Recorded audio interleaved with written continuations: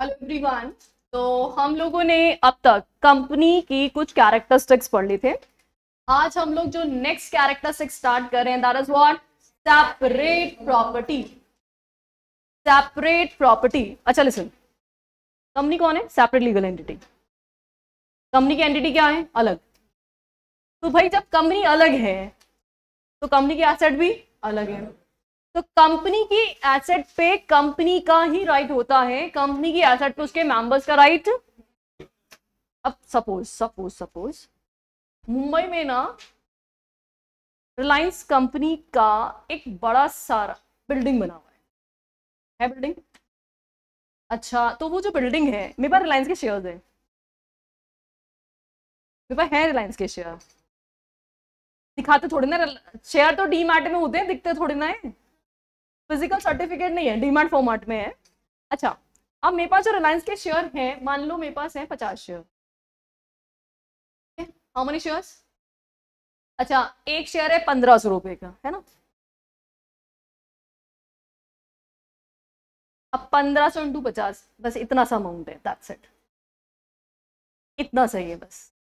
अब आपको पता है रिलायंस कंपनी कितने करोड़ की कंपनी है? Any idea? Any guesses? लप्पा लगाओ। आपको क्या लगता है रिलायंस कंपनी का मार्केट कैप कितना होगा? ओके। अच्छा, रिलायंस का मार्केट कैप, कोई और तुक्का लगाएगा? रिलायंस नाम की जो कंपनी है, इसका मार्केट कैप कितना होगा? मतलब इसकी कैपिटल कितनी होगी, मार्केट वैल्यू कितनी होगी? कोई भी गैसेस, जो मन में आता है वो चेक दो, चलेगा। आईएनआर में बोलना, डॉलर में नहीं। आईएनआर में, आईएनआर में। फोन नहीं चला के गूगल नहीं करना है बैठ करके, पता चले गूगल स्टार्ट कर दे हम। अच्छा, कैलकुलेशन। कोई लप्पा नहीं लगा रहा कुछ। 2000 करोड़, ओके। और हु एल्स? 5000 करोड़। और बिडिंग लगाओ। 25,000 करोड़। इससे आगे कोई बढ़ना चाहता है? 30,000 करोड़। थोड़ी और अपनी लिमिट बढ़ाओ। 13 लाख करोड़, लिमिट और बढ़ाओ। वो एग्जैक्ट फिगर नहीं है एक्चुअली। रिलायंस का जो मार्केट कैप है, मार्केट कैप 20 लाख करोड़।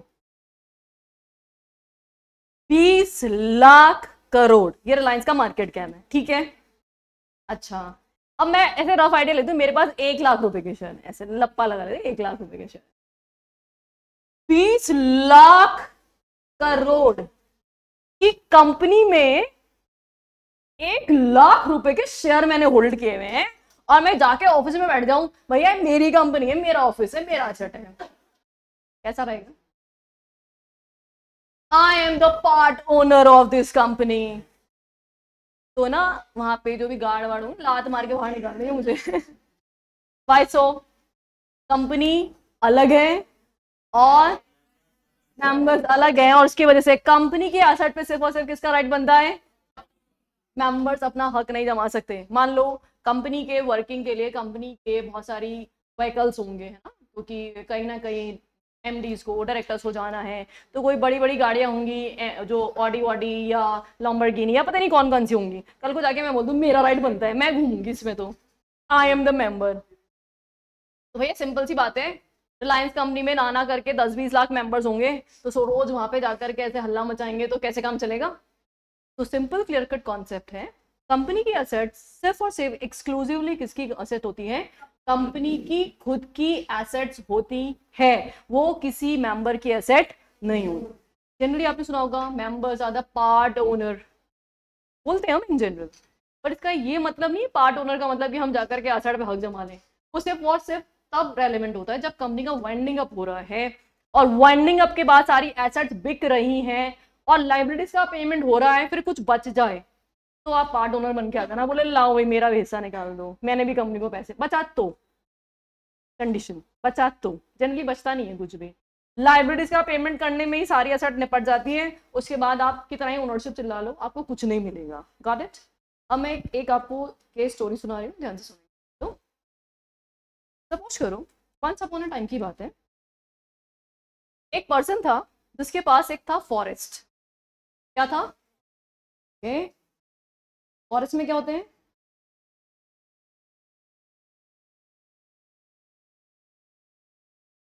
पेड़ पौधे होते हैं।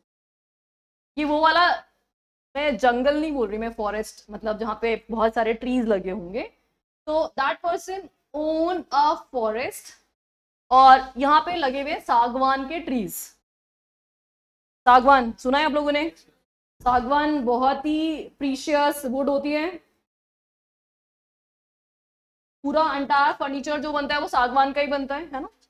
अच्छा, अब इसमें सागवान के ट्रीज, बहुत एक्सपेंसिव फॉरेस्ट है ये। Mister A ons this forest, तो मिस्टर ए ने इसका इंश्योरेंस करा रखा है इंश्योरेंस कंपनी से। इंश्योरेंस तो बहुत जरूरी है इंश्योरेंस कराना, क्योंकि फॉरेस्ट एरिया में तो मतलब कैजुअलिटी अगर होना बहुत ही ऑब्वियस है। कभी भी आग वाग लग जाए, कुछ भी ऐसा इवेंट अराइज हो जाए, सारे पेड़ जल के अगर खत्म हो जाएंगे तो कितना करोड़ों का नुकसान हो जाएगा। मान लो वहां पे 10,000 पेड़ हैं, तो उनकी वैल्यू बहुत ही ज्यादा है। और ऐसे में अगर आग लग गई, सारे पेड़ जल गए, तो वो सिर्फ और सिर्फ क्या रह जाएंगे? कोयला, कोल, दैट्स इट। कितना भयंकर नुकसान हो गया यहाँ पे। तो ऐसे में उस इंश्योरेंस कंपनी से यहाँ पे उन्होंने क्या करा रखा था? इंश्योरेंस कवरेज ले रखा था। अब मिस्टर ए ने क्या किया? अपने इस फॉरेस्ट को किसको बेच दिया? एक कंपनी। किसको बेच दिया? कंपनी को। और बेच क्या दिया? एक तरह से खुद की कंपनी बनाई बेसिकली। और ये जो कंपनी थी, उस कंपनी में एंटायर स्टेक किसका था? मिस्टर ए का था। तो कंपनी में ऑलमोस्ट 100%, 99.99% शेयर जो थे वो किसके थे? मिस्टर ए के थे। तो इस फॉरेस्ट के बदले में उन्होंने कंपनी का सारा एंटायर स्टेक होल्ड कर रखा था। एक दिन सडनली फॉरेस्ट में क्या लग गई? आग। तो मिस्टर ए वॉज एकदम चल थे, बिल्कुल बोले ठीक है कोई बात नहीं, आग लग गई तो लग गई, हमें तो इंश्योरेंस कंपनी से पूरा का पूरा क्लेम मिल जाएगा। और इसके चलते हुए मिस्टर ए ने इंश्योरेंस कंपनी में क्लेम के लिए पेपर्स डिपॉजिट कर दिए कि भैया ये हमारा इंश्योरेंस था, और क्योंकि यहाँ पे आग लग गई है तो आप हमें क्या पे करिए? कॉम्पनसेशन पे करिए। आपको क्या लगता है इंश्योरेंस कंपनी ने क्या बोला होगा? नहीं मिलेगा। इंश्योरेंस कंपनी हमेशा ये बोलती है ना, इंश्योरेंस कंपनी कभी भी क्लेम देना नहीं चाहती। इतना भयंकर यहाँ पे नुकसान जो हो रहा है, तो डेफिनेट सी बात है इंश्योरेंस कंपनी क्या बोलेगी? भाई हम तो नहीं देंगे क्लेम। क्लेम क्यों नहीं देंगे? क्योंकि ये जो कंपनी है ना, उसकी एसेट है,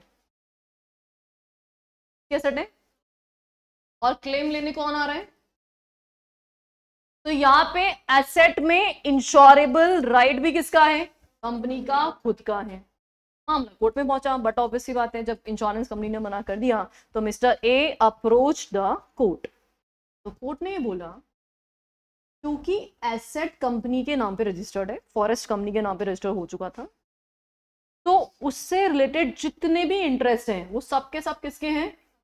कंपनी के खुद के हैं। सारे इंश्योरेबल इंटरेस्ट किसके हैं? कंपनी के।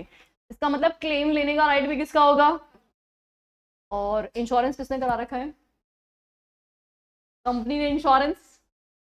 तो जब कंपनी ने इंश्योरेंस ही नहीं करा रखा तो कंपनी को इंश्योरेंस क्लेम भी नहीं मिलेगा। इनसे पता है छोटी सी गलती क्या हुई? जब इन्होंने प्रॉपर्टी ट्रांसफर की थी तो उस वक्त इनको इंश्योरेंस के पेपर्स भी ट्रांसफर करने चाहिए थे, बट वहां पे थोड़ी सी गलती हो गई, चूक हो गई। उनको लगा ठीक है यार, कंपनी मेरी कंपनी, मैं ही तो हूँ, सब कुछ हम ही तो हैं, मेरी कंपनी है, मैंने इंश्योरेंस करा तो रखा है। तो अब जैसे यहाँ पे मैंने नहीं है, क्योंकि कंपनी बन गई तो कंपनी अलग है और मेंबर अलग है, तो दोनों की सेपरेट एंटिटीज होने की वजह से इंश्योरेबल इंटरेस्ट सेट ही नहीं हुआ। और ड्यू टू दैट रीजन यहाँ पे कोर्ट ने मना कर दिया और इंश्योरेंस कंपनी सही है ऐसा बोला। समझ में आया सबको? कॉन्सेप्ट क्लियर है? लाइव वाले बच्चों को एकदम ऑल सेट है? गुड है। तो जो बच्चे कैमरा में मुझे दिखाई दे रहे हैं वेरी गुड है। बाकी लोग भी अगर कैमरा ऑन करेंगे तो हमारा थोड़ा सा इंटरेक्शन बढ़े। तो ऐसे नाम दिखाई दे करके समझ नहीं आता। तो हम लैंग्वेज पढ़ लेते हैं अभी क्या लिखा हुआ है सेपरेट प्रॉपर्टी वाले कॉन्सेप्ट के अंदर। Let's have a look. Company being a legal person and entirely distinct from its member. ये पॉइंट सेपरेट लीगल एंटिटी से सामने आ जाता है, दोनों अलग अलग हैं। Capable of owing, enjoying, disposing of property in its own name.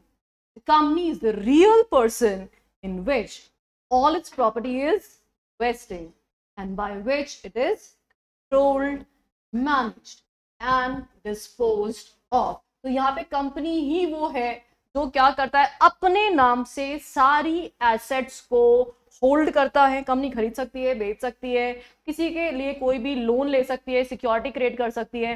जो कुछ करना है वो सब किसको करना है, कंपनी को करना है। कंपनी के अलावा किसी और का कोई इंश्योरेबल इंटरेस्ट नहीं हो। ठीक है, अब केस है यहाँ पे, Mrs Bacha F Guzdar versus commissioner of income tax. नाम याद करना थोड़ा सा टेक्निकल रहेगा, थोड़ा सा इजी ट्रिक बता देती हूँ। मिस्टर बच्चन को तो सब जानते ही है ना, तो बच्चन से तो बच्चा, मिसेस बच्चा, और गुलजार का नाम सुना है, गुलजार, तो वहां से गुजदार याद कर लेना। तो Mrs Bacha F Guzdar versus commissioner of. अच्छा, अब केस की स्टोरी क्या है वो ध्यान से सुनेंगे साहब।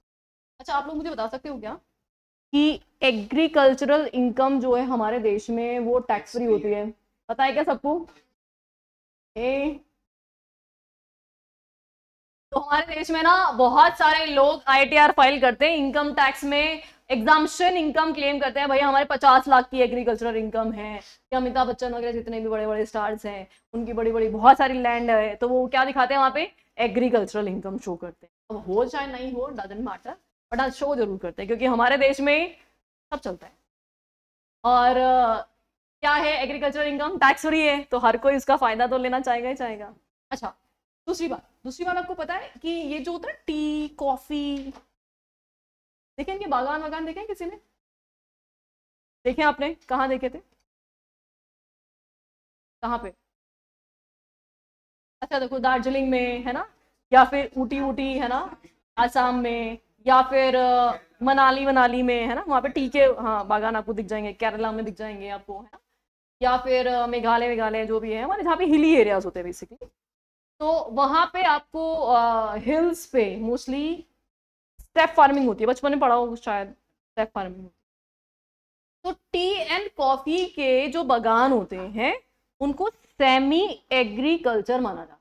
क्या माना जाता है? Tea coffee semi agriculture. अब क्योंकि सेमी एग्रीकल्चर है तो टैक्स 100% फ्री नहीं होगा, तो टैक्स एग्जाम्पशन है 60%। टैक्स एग्जाम्पशन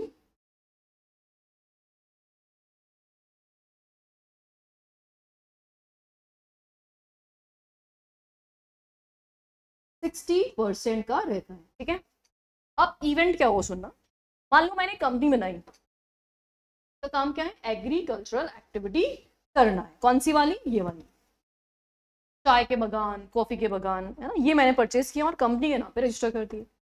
मान लो हमारी कंपनी का नाम है टाटा टी। ठीक है, किसको ओन करते हैं? टाटा टी को। अच्छा, टाटा टी जो है वो क्या कर रही है, यहाँ पे ताजमहल बनाते हैं, ताजमहल का स्वाद जगह है जो भी है ना, वाह ताज, हाँ वो वही चाय हम बना रहे हैं, है ना। तो अब टाटा टी जो है वो सेमी एग्रीकल्चरल एक्टिविटी कर रही है, चाय बना करके बेचा, बेच करके आया प्रॉफिट आया। ये जो प्रॉफिट है किस में बटेगा? किसमें बटेगा? होल्डर्स में बटेगा ना, वही तो ओनर्स है ना, उन्हीं में बटेगा ऑब्वियसली। तो ये प्रॉफिट बटा मेंबर्स में। ओके, आपको पता है किस फॉर्मेट में बढ़ता है बस में प्रॉफिट? डिविडेंड के फॉर्मेट में बढ़ता है। किस फॉर्मेट में बढ़ेगा? डिविडेंड। परफेक्ट बात है। ओके, अब जब मेंबर ने डिविडेंड रिसीव किया तो मेरा ये क्वेश्चन है कि जो डिविडेंड मिल रहा है ना मेंबर को, क्या उसको भी टैक्स एग्जाम्पशन मिलेगा या नहीं मिलेगा? क्वेश्चन समझ में आ गया सबको मेरा? तो आप लोग क्या सोचते हो, मेंबर्स को यहाँ पे जो प्रॉफिट में हिस्सा मिला है, क्या वो इनकम टैक्स के अंदर टैक्स एग्जाम्पशन 60% वाले में करना चाहिए या नहीं करना चाहिए? लाइव वाले फटाफट से मुझे मैसेज करेंगे, और बाकी यहाँ पे जो बैठे हैं वो मुझे जल्दी से बताएंगे। करना चाहिए वाले हैंड रेस करो। एग्जाम्पशन मिलना चाहिए। अच्छा, कोई नहीं बोल रहा एग्जाम्पशन मिलना चाहिए। अच्छा, एग्जाम्पशन नहीं मिलना चाहिए। और बाकी लोग क्या बोल रहे हैं? नहीं नहीं, न्यूट्रल अलाउड ही नहीं मेरी क्लास में, सबको बोलना जरूरी है। चाहे जा तुक्का लगा दो यार, क्या गलती तो हो जाएगा। यस बेटा, आपसे स्टार्ट करें। What do you think? Exemption नहीं मिलेगा? नहीं नहीं नहीं नहीं नहीं नहीं नहीं नहीं नहीं नहीं नहीं नहीं, एग्जाम्पशन मिलेगा। एटलीस्ट एक ने तो बोला एग्जाम्पशन मिलेगा। और क्या? यस, नहीं, अब ये कंफ्यूज हो नहीं, हाँ कुछ और, व्हाट डू यू से? नहीं, क्या? यस बेटा, नहीं नहीं नहीं नहीं नहीं नहीं नहीं नहीं नहीं नहीं नहीं नहीं, लगा लूं सब पे? ठीक है, चाय वाले बच्चों ने नो नो। ओके, तो आप अकेले बोल रहे हैं बस एग्जाम्पशन मिलेगा। चलिए, तो यहाँ पे डेफिनेटली एग्जाम्पशन नहीं मिलेगा। आप सबका आंसर एब्सोल्युटली सही है। और क्यों नहीं मिलेगा उसकी सिंपल क्लियर कट रीजंस है। क्या रीजन है, कोई बता सकता है मुझे?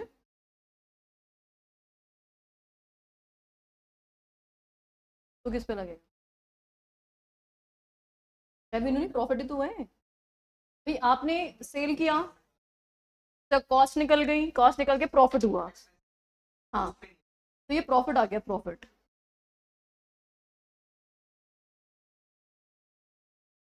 हाँ हाँ, ओके, तो मतलब कुछ रिलेशन है ना।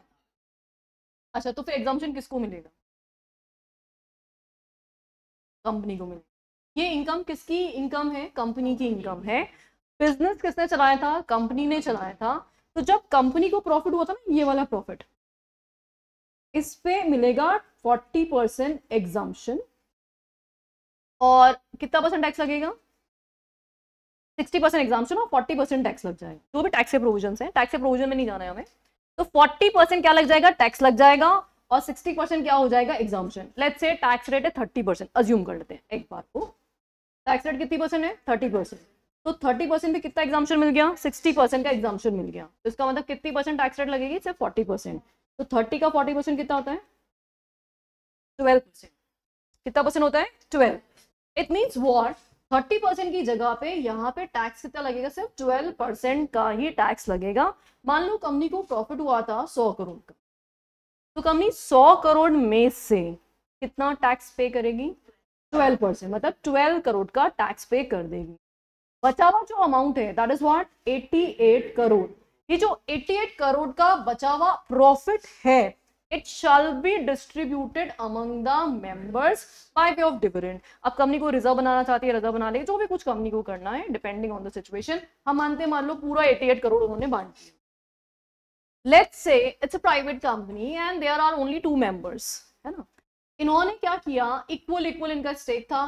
44 करोड़ एंड 44 करोड़ का डिविडेंड इन्होंने रिसीव कर लिया।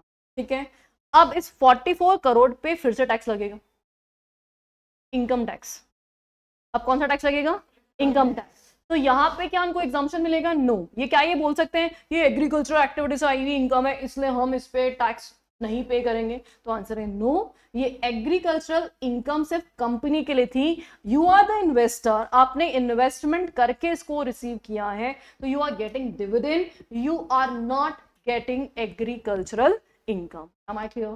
तो ये एग्जाम्पशन सिर्फ और सिर्फ किसके लिए था? कंपनी के लिए था। ये मेंबर के लिए एग्जाम्पशन नहीं।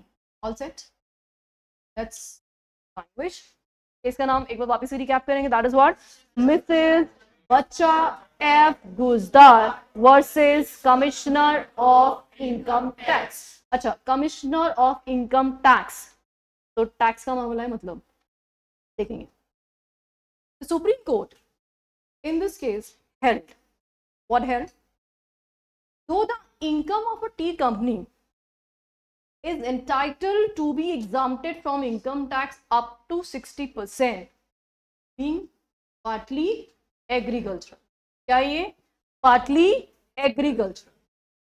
Same income when received by a shareholder. जैसे ये इनकम किसको मिल जाती है? शेयर होल्डर को. तो किस फॉर्मेट में मिलती है? और डिविडेंड की इनकम को एग्रीकल्चरल इनकम नहीं माना जाएगा. Not be regarded as agricultural income for the assessment of income tax. मतलब यहाँ पे प्रॉपर टैक्स ही लगेगा.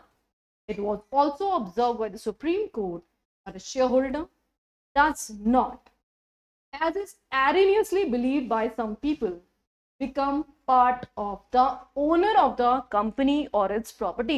सुप्रीम कोर्ट ने क्लियर कट वर्डिक्ट दिया हुआ है कि किसी भी केस में share holder does not become the part of the owner. Company का या कंपनी की एसेट का शेयर होल्डर ओनर नहीं होगा. Am I clear? सबको समझ में आ गई ये बात अच्छे से? He is only given certain rights by law. That is what? To receive notice of, attend या vote at the general meeting. आपको पता होगा कि मेंबर्स जो है वोट कास्ट करने का राइट. सुना है ऐसा कभी? मेंबर्स की जनरल मीटिंग होती है तो जनरल मीटिंग का नोटिस रिसीव करने का राइट इनके पास होता है. प्रॉक्सी अपॉइंट करने का राइट इनके पास होता है. डॉक्यूमेंट्स को इंस्पेक्शन करने के राइट्स इनके पास होते हैं. आगे हम बहुत सारा लॉ पढ़ेंगे, उनमें सारे सेक्शंस हम कवर करेंगे. तो meetings of the share holder. Court refused identify the shareholders with the company and reiterated the distinct personality of the company. Finally supreme court ने क्या बोला? कंपनी अलग है तो कंपनी की एसेट्स अलग है तो कंपनी का प्रॉफिट भी अलग है. तो जब अलग है तो जो भी बेनिफिट्स मिलेंगे टैक्सेशन के वो सिर्फ किसको मिलेंगे? कंपनी को ही मिलेंगे. ये सारे बेनिफिट्स शेयर होल्डर्स को नहीं मिल सकते. Am I clear? तो इस केस की समरी बहुत ही सिंपल सी है.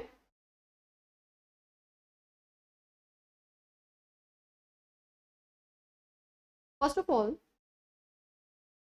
इस केस में नंबर 1 हुआ क्या था? Company was semi agricultural company.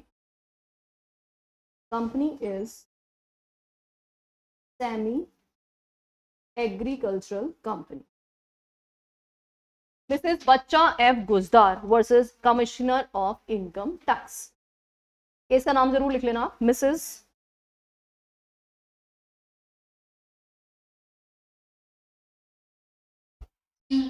हाँ जी, हाँ सेपरेट प्रॉपर्टी का ही बता रही हूँ. पहले बार केस की story framing. Bacha F Guzdar versus commissioner of income tax. Company कौन सी कंपनी थी? सेमी एग्रीकल्चरल कंपनी थी. Exempted for income tax up to 60%, up to 60%. And इस कंपनी ने जो भी प्रॉफिट अर्न किया, प्रॉफिट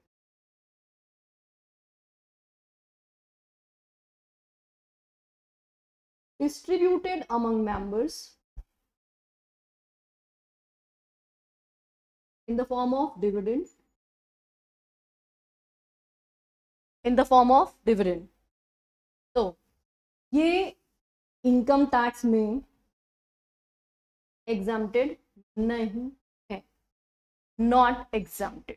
कंपनी का प्रॉफिट एग्जाम्प्टेड होगा लेकिन डिविडेंड एग्जाम्प्टेड नहीं होगा.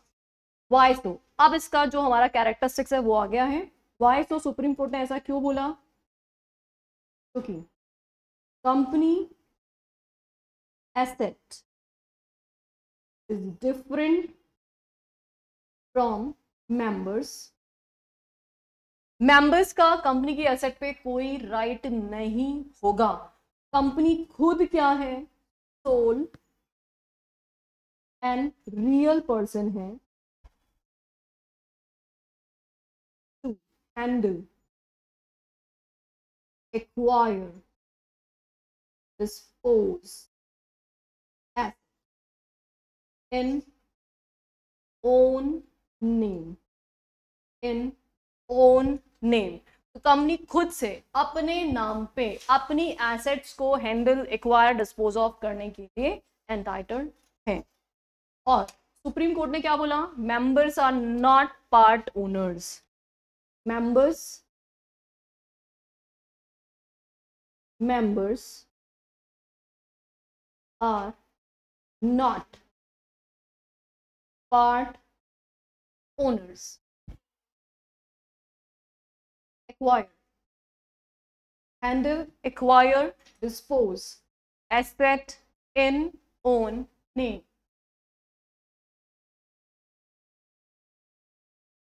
Is it clear to everyone? तो कौन सा कॉम्पोनेंट पढ़ रहे थे अभी हम लोग? Separate property. सेपरेट प्रॉपर्टी, ये पूरा कॉम्पोनेंट जो हमने अभी यहाँ पे कवर किया, that is what separate property.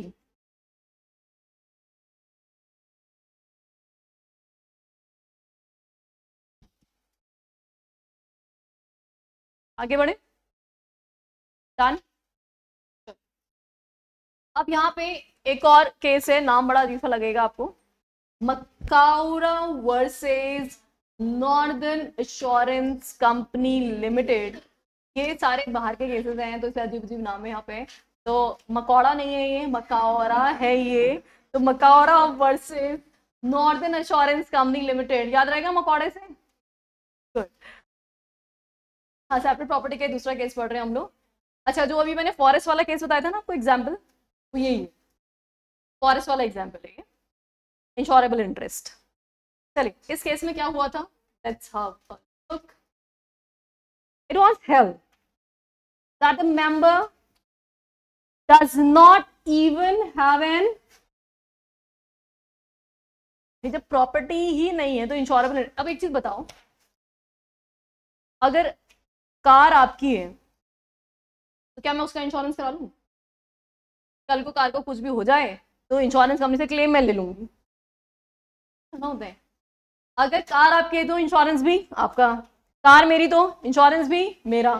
तो ऐसे थोड़ा हो सकता है किसी और के एसेट को जाके मैं इंश्योरेंस करा के आ जाऊंगे, बोले इसमें कुछ भी होगा तो क्लेम मेरा, ऐसा नहीं हो सकता। एसेट जिसकी होगी इंश्योरेबल इंटरेस्ट भी उसी का होगा। ऐसे ही क्या हम किसी और के एसेट को मॉर्गेज करा सकते हैं? बैंक से लोन ले आऊं मैं आपकी एसेट को गिरवी रख के, मिलेगा? नहीं, exactly. In the property of the company, in this case, Makaura held all except one share in the timber company. तो जो मकारा नाम का पर्सन था उसके पास वही ना 99.99% स्टेक, ऑलमोस्ट सारे स्टेक उसके पास थे, एक शेयर को छोड़ के सारा शेयर उसने होल्ड किया हुआ था। टिम्बर कंपनी, टिम्बर कंपनी समझते हो? जो किस में डील करते हैं? वुड में, वुड में डील करते हैं, है ना। ये जो मकान का काम होता है तब वुडन का सारा काम होता है, बेड बनता है, वॉर्डरोब्स बनती है ना, सारा जो भी इंटीरियर्स होता है उसमें आपने देखा होगा बड़े बड़े प्लाई बोर्ड लगते हैं ना, तो वो टिम्बर कंपनी लकड़ियां बनाने का काम करती है। He had also advanced substantial amount to the company. He insured the company's timber in his, यहाँ हो गया कांड सारा, खुद के नाम पे क्यों इंश्योरेंस कराया था? मतलब कंपनी लॉ पढ़ लेता तो इतनी इतनी बड़ी बेवकूफी तो नहीं करता एटलीस्ट। अब हम लोग बिजनेस करेंगे तो डेफिनेटली हम ध्यान रखेंगे कि अगर कंपनी बनाई है तो सब कुछ किसके नाम से होना चाहिए। लेकिन इंसान क्या होता है, भावुक हो जाता है, सब कुछ मेरा ही तो है, कर लो अपने नाम पे, और ये भावुकता में किए गए डिसीजन बहुत दर्द देते हैं। तो क्या बोला, in his own name on timber being destroyed by fire, this claim was rejected for want of insurable interest. तो मामला जब कोर्ट में गया तो what court observe, no shareholder has any right to any item of property owned by the company or has no legal या equitable interest therein। तो यहाँ पे सेम टू सेम बात है, जब एसेट आपकी है ही नहीं तो you are not having any insurable interest, और जब आपका इंश्योरेबल इंटरेस्ट ही नहीं है तो you can not demand for any claim in the loss of property. All set? इसका नाम बताओगे एक बार? Macaura versus northern. देखो, एश्योरेंस कंपनी मतलब इंश्योरेंस वाली कंपनी। तो केस की स्टोरी वैसे भी हमें पता है, मकाउरा में क्या हुआ था, इंश्योरेंस क्लेम का ही मामला था, तो इसलिए नॉर्दर्न बस याद रखना है, एश्योरेंस कंपनी लिमिटेड तो अंडरस्टूड है केस की स्टोरी से। ऐसे ही बच्चा है गुजदार में कमिश्नर ऑफ इनकम टैक्स क्यों आएगा, क्योंकि टैक्स वाला मामला था, है ना, 60% एग्रीकल्चर इनकम टैक्स एग्जम्पशन, तो केस का नाम उसके सब्जेक्ट मैटर से रिलेटेड था। ठीक है, स्टोरी क्या बनी? सबसे पहले मिस्टर मकाउरा क्या था, कौन था ये? ओनर, है ना। इसने क्या किया था, all shares except one, all shares except one held किए हुए थे टिम्बर कंपनी के, टिम्बर कंपनी, तो सारे शेयर्स एक को छोड़ करके होल्ड किए हुए थे। और इस मकौरा ने क्या किया हुआ था, क्या किया हुआ था इसमें बताओ उसी तरह, इंश्योरेंस करा लिया था, है ना, made insurance of timber own name में, और यही है सारा कांड का रीजन, ओन नेम। जबकि एसेट खुद की नहीं है तो इंश्योरेबल इंटरेस्ट भी खुद का नहीं है। नो एसेट नो इंश्योरेबल, ठीक है ना। तो जब फायर अकर हुई,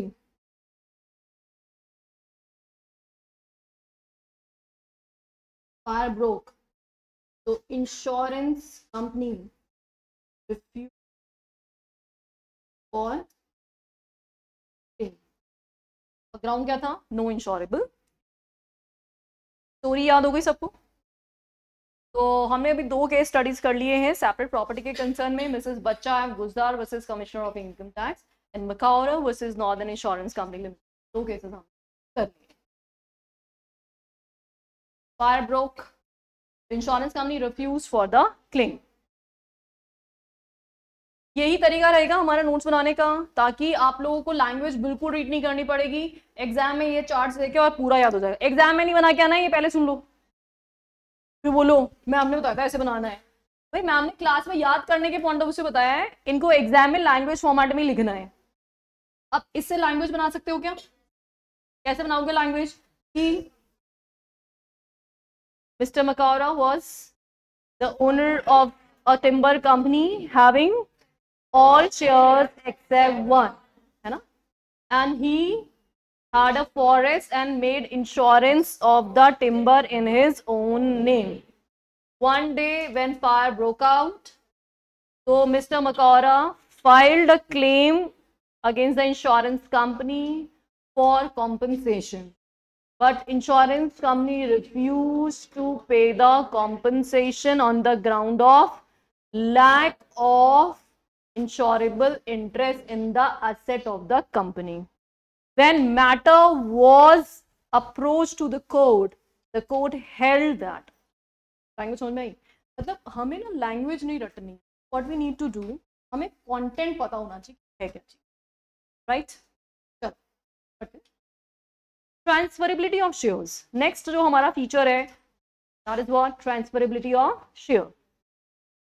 अच्छा आपको पता है एसेट 2 टाइप्स की होती है, कौन कौन सी 2 टाइप की होती है, मूवेबल एसेट होती है और इमूवेबल एसेट होती है। हाँ टेंजिबल इंटेंजिबल भी होती है, बट हम ट्रांसफरेबिलिटी के अगर पॉइंट ऑफ व्यू से बात करें तो मूवेबल होती है और इमूवेबल होती है।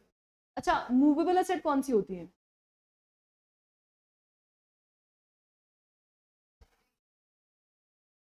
अच्छा which is not attached to the earth that is movable, which is not attached to the earth that is called movable, and which is attached to the earth is called immovable, like land, building या machinery attached to the earth। कई बार ऐसे होती है ना, बड़ी machineries होती है जो लैंड में फिक्स की जाती है ना, तो वो सब क्या होती है, इमूवेबल। अच्छा ज्वेलरी, ये कौन सी एसेट है, शेयर्स कौन सी एसेट है, मूवेबल, शेयर्स भी मूवेबल एसेट है। अच्छा आपको पता है अगर मुझे कोई मकान खरीदना है किसी से, तो मुझे उसकी बकायदा रजिस्ट्री करानी पड़ती है, सुना ऐसा आप लोगों ने। अच्छा तो मतलब जब भी आप इमूवेबल एसेट को ट्रांसफर कर रहे हैं तो there is a long drawn process which we need to follow, but when you are dealing in movable asset, let's say आप सबको, आपकी गर्ल्स मेजॉरिटी है तो लड़कियों, आपको सबको आपकी मम्मी ने गिफ्ट में इयररिंग्स दिलवाए, गोल्ड के इयररिंग्स, ज्वेलरी, तो क्या उसके लिए रजिस्ट्री करवाई थी क्या कुछ, नो रजिस्ट्री नथिंग, सिर्फ क्या किया, मियर डिलीवरी से पोजेशन ट्रांसफर हो गया था, ऐसा ही हुआ था ना, मतलब फ्रीली ट्रांसफरेबल। अच्छा अब आप उसको किसी और को गिफ्ट करना चाहो तो कर सकते हो, हाँ वो अलग बात है, मम्मी से जूते चप्पल खाने को पड़ेंगे कि कहाँ दे के आ गए, बट दे तो सकते हो ना, मतलब कोई लीगल फॉर्मेलिटी नहीं है उसमें। अब मान लो आपकी कोई बेस्ट फ्रेंड है, उसका बर्थडे आ रहा है और आपको लगता है उसको बहुत ही एक्सपेंसिव गिफ्ट देना है, तो अपनी ईयरिंग दे दिया आपने उसको, दे तो सकते हो, लीगली कोई प्रॉब्लम नहीं है ना।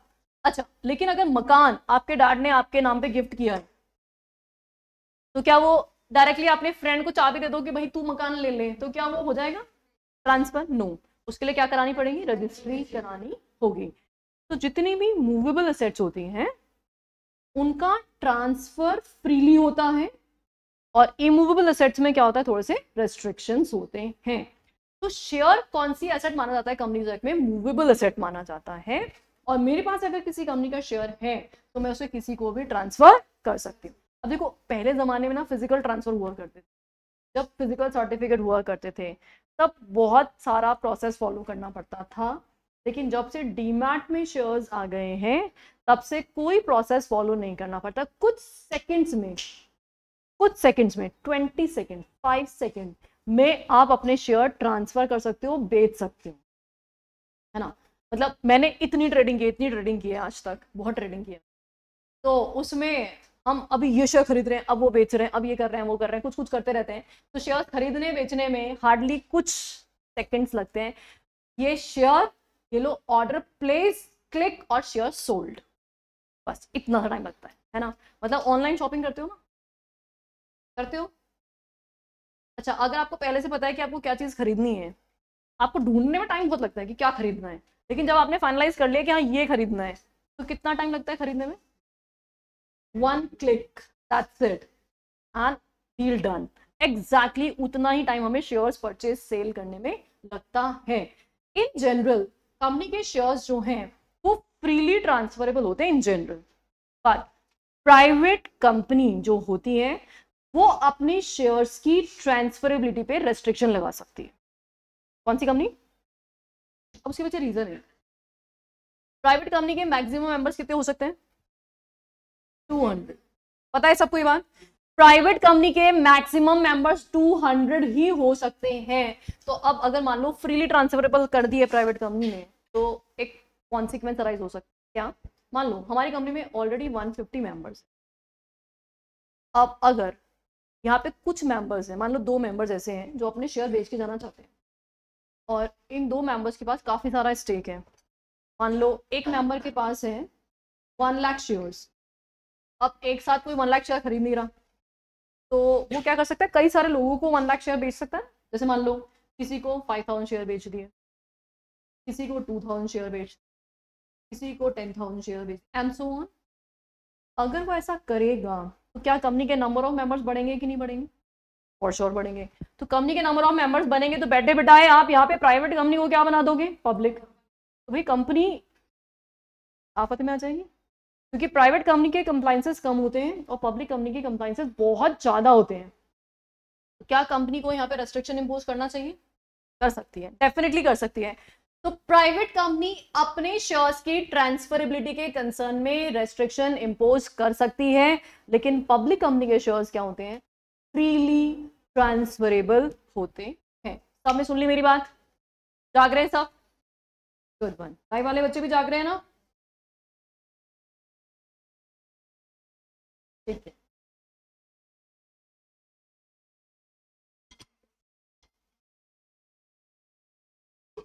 सॉरी, सेक्शन 44,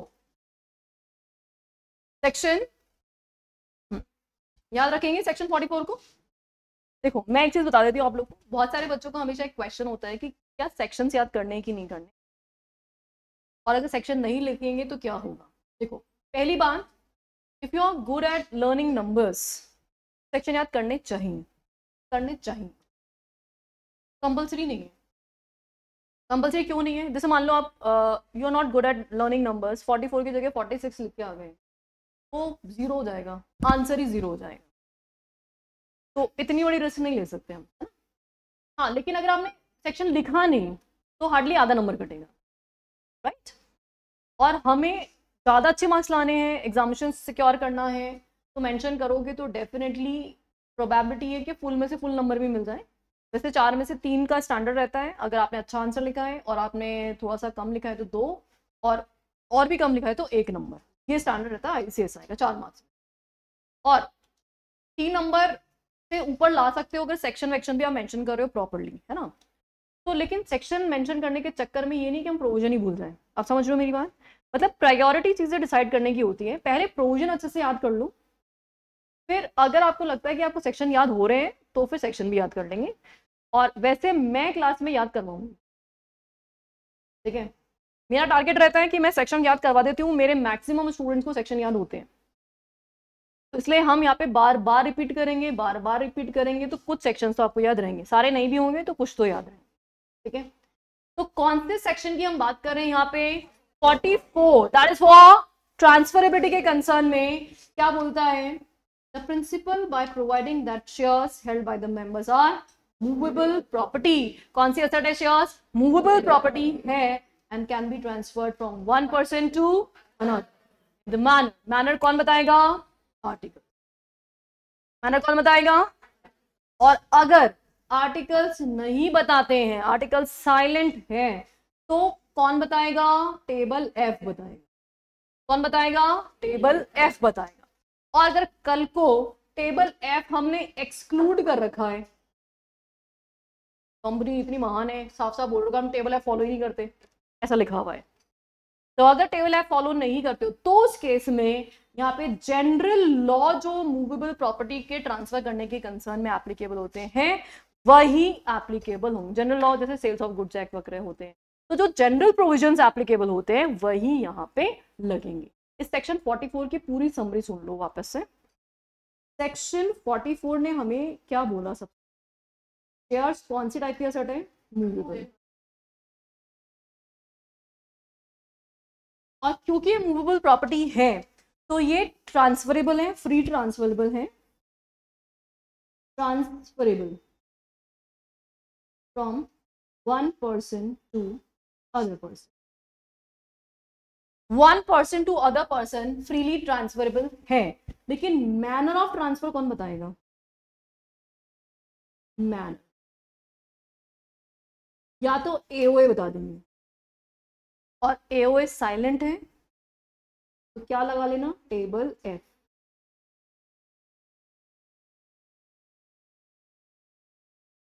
और अगर टेबल एफ एक्सक्लूड किया हुआ है तो जनरल रूल्स जो एप्लीकेबल होते हैं, जनरल लॉ जो एप्लीकेबल होता है, जनरल लॉ एप्लीकेबल हो जाएगा if table F excluded.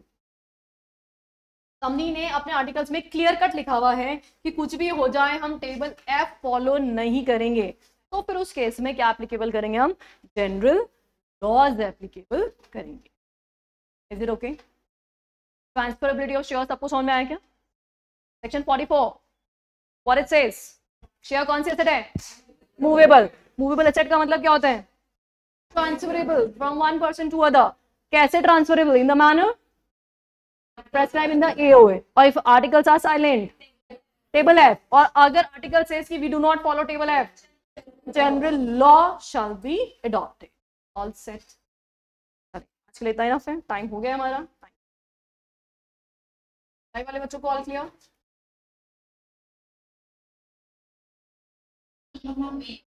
Articles of association, articles of